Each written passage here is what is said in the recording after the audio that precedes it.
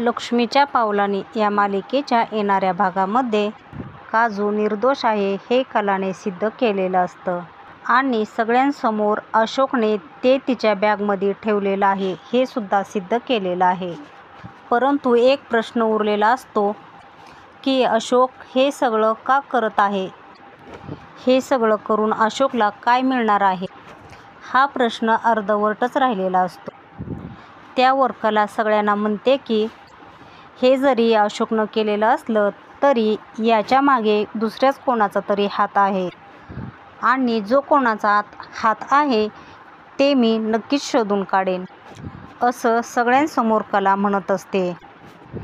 कला रोहिणीकडे रागाने बघत असते कारण त्या रात्री रोहिणीने खूप मोठा तमाशा केलेला असतो आणि सर्वांसमोर काजूची बदनामी केलेली असते. त्यावर रोहिणी म्हणते की नशीब मी अशोकला पैसे देत असताना चे CCTV फुटेज तिला सापडले नाहीत, नाहीतर माझं आज काही खरंच नव्हतं, असा विचार तिच्या मनात असतो. परंतु रोहिणीला मात्र माहीत नसतं की कलाकडे आणखीन दुसरा काहीतरी पुरावा आहे. ती सगळं काही घरच्यांच्यापासून लपवत आहे.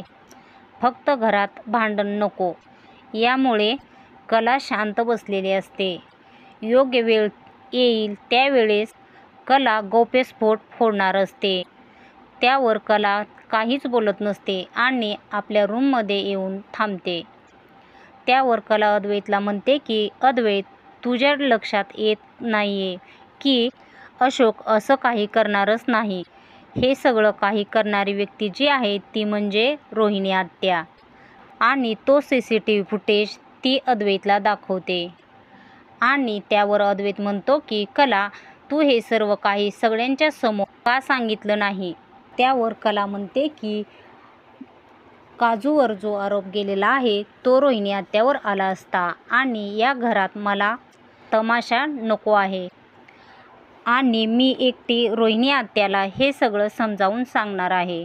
मला असं वाटलं नव्हतं की तू तरी सगळ्यांसमोर मला मदत करशील आणि या सर्व गोष्टींवर माझ्या बाजूने तू एकदा तरी बोलशील असं मला वाटत होतं, पण तू तर तसं काही केलेलंच नाही आणि काजूची बाजू समजूनही कुणी घेतलेली नाही. तू अजून काजूला ओळखतच नाही, परंतु तू मला ओळखू शकत होतास. मी आतापर्यंत एकदा तरी खोटं बोलले का? आणि एवढं सगळं होऊन फक्त स्वारीसुद्धा तुझ्या तोंडातून आलेलं नाही. हे सर्व ऐकून अद्वैत कलाला पटकन स्वारी म्हणून टाकतो आणि कलाने अद्वैतच्या तोंडून हे पहिल्यांदाच ऐकलेलं असतं. कलाला वाटतं की हा खडूस आगाऊ जरी असला तरी मनाने खूप चांगला आहे आणि आता कलाचं मन जिंकलेलं असतं आणि आता मात्र येत असतो तो म्हणजे वटपौर्णिमेचा सण आणि आबा कलाला म्हणत असतात की कला, तू छान अशी साडी नेसून तयार हो आणि वटपौर्णिमेची पूजा करण्यासाठी तू जायचं आहे. ही आता तुझी पहिली वटपौर्णिमा आहे, असं म्हणून आबांनी कलावर खूप मोठी जबाबदारी सोपवलेली असते. वटपौर्णिमेच्या दिवशी खूप मोठी धमाल होणार असते. त्यावेळी कला आता खूप अशी सुंदर तयार होऊन बाहेर आलेली असते. तेव्हाच कलाकडे बघितल्यावर आबांना कळतं की कलाच्या गळ्यात मंगळसूत्र नाहीये. त्यावेळी आबा कलाला म्हणतात की सूनबाई, असं रिकाम्या गळ्याने मंगळसूत्र न घालता तुम्ही वटपौर्णिमेला कसे चालले आहात? त्यावर कला म्हणते की आबा, आजच सकाळी माझ्या गळ्यातलं मंगळसूत्र वाढवलं आहे. तेव्हा आता आबा अद्वैतला म्हणतात की अद्वैत, तू आता लगेचच जाऊन आपल्या पेढीतील सर्वात सुंदर मंगळसूत्र तू कलासाठी घेऊन ये. तर आता पेढीतील माणसाने मंगळसूत्र आणल्यावरती आबा अद्वैतला म्हणतात की अद्वैत, ते मंगळसूत्र स्वतः कलाला घाल. अद्वैत आणि कलाचं नवीन नातं सुरू झालेलं असतं आणि ज्या कलाचा इतका राग करत होता तोच अद्वैत, संपूर्ण राग इथेच बंद होतो आणि त्यांच्या नात्याला नवीन सुरुवात होते.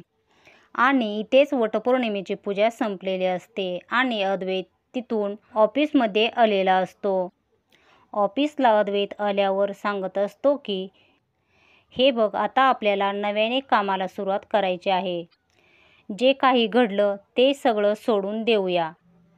हे सगळं सोडून आपण आता दोघे नव्याने सुरुवात करू आणि नवीन नवीन डिझाईन आपल्याला बनवायचे आहेत आणि तू तुझ्या मैत्रिणीला सांग की मला येऊन भेट. त्यावरती सानिका अद्वैतला म्हणते की मी तुम्हाला एक गोष्ट सांगू का सर, तिचं आपण काही दिवसाचं पेमेंट केलेलं नाही आहे.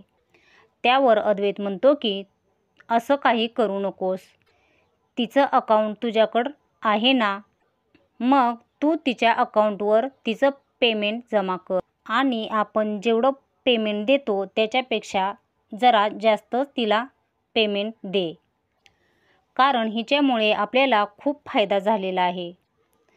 त्यामुळे एक गोष्ट लक्षात ठेव की तिच्या पेमेंटमध्ये जरासुद्धा हयगय करू नकोस. यावरती सानिका म्हणते की सर, किती पेमेंट देऊ? त्यावर अद्वैत म्हणतो की आपण तिची पहिली पेमेंट जेवढी देतो त्याच्या 1.5 पट पेमेंट जास्त दे. असं म्हटल्यावरती तिने 2 लाख रुपये कलाच्या अकाउंटवर जमा केलेले असतात.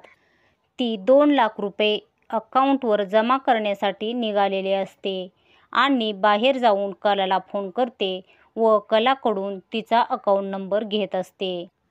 आणि अकाउंट नंबर घेतल्यानंतर ते अकाउंट नंबर हेच असतं की ते अद्वैतने काढलेलं असतं.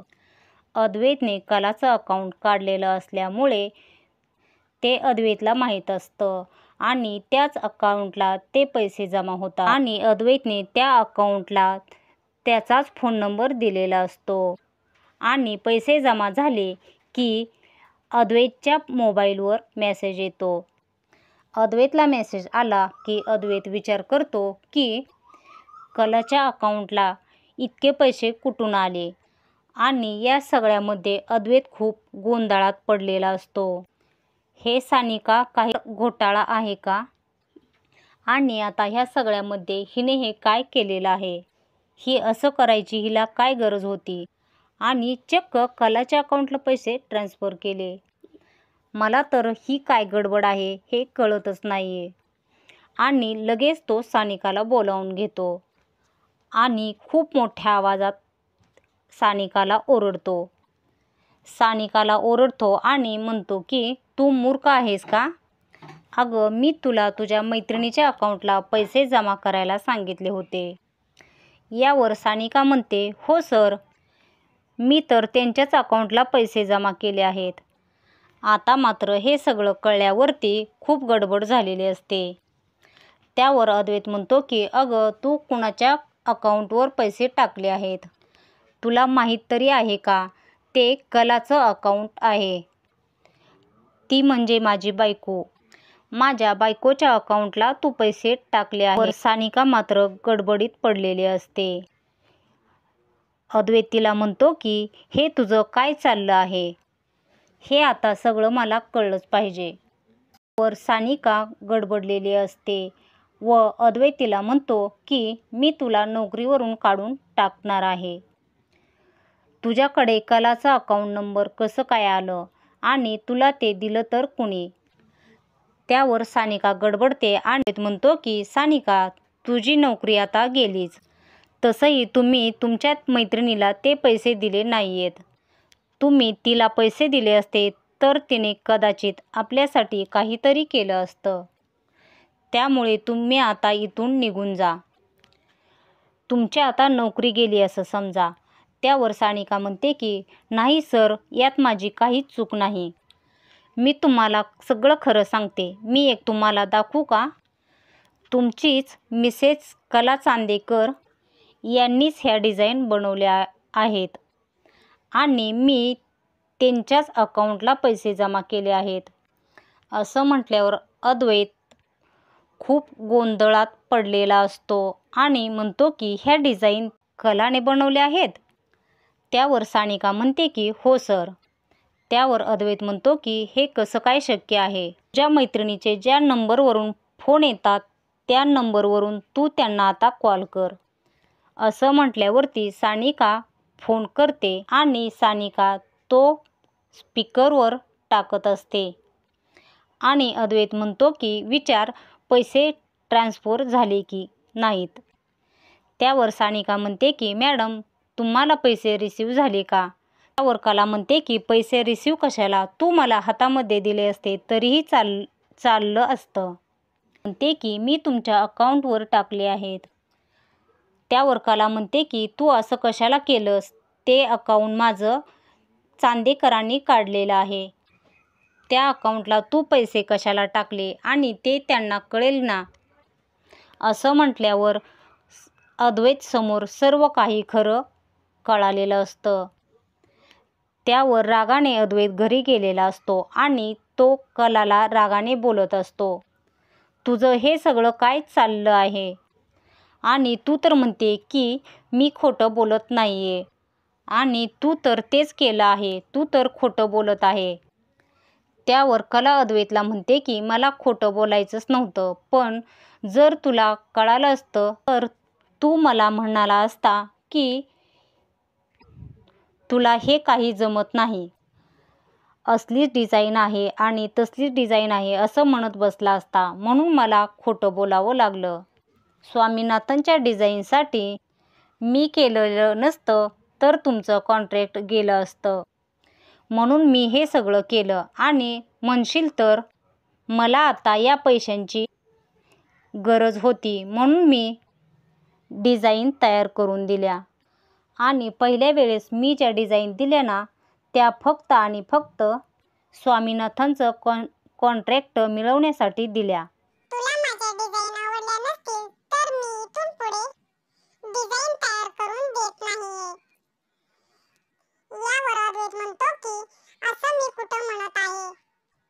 त्यावर कला म्हणते की तू असं तरी कुठं म्हणत आहेस की मला तुझ्या डिझाईन आवडल्या आहेत. त्यावर अद्वैत थोडंसं शांत बसतो आणि कलाला म्हणतो की आता तुझ्या डिझाईनची खूप गरज आहे आणि त्या आता तुलाच द्याव्या लागतील. यावर कला म्हणते की ठीक आहे, तर तू प्लीज म्हण. त्यावर अद्वैत म्हणतो की मी प्लीज का बरं म्हणू. त्यावर कला म्हणते की तुला आता समजलं आहे ना, मग तू आता प्लीजच म्हण. त्यावर कला अद्वैतवर खूप चिडते आणि अद्वैत तिला प्लीज म्हणतो, आता तरी तू डिझाईन तयार करशील का. त्यावर कला म्हणते की बघू, मी थोडा विचार करते. त्यावर अद्वैत म्हणतो की इतका माजुरडेपणा तुझ्याकडे. त्यावर कला म्हणते की तू कसं प्लीज म्हणून काम करून घेतो. त्यावर अद्वैतला समजतं की कला ही डिझाईन बनवत आहे आणि हे सगळं समजल्यावर अद्वैत कलाला आपल्या ऑफिसमध्ये कसं ट्रीट करणार हे आपण पुढील भागामध्ये पाहणार आहोत.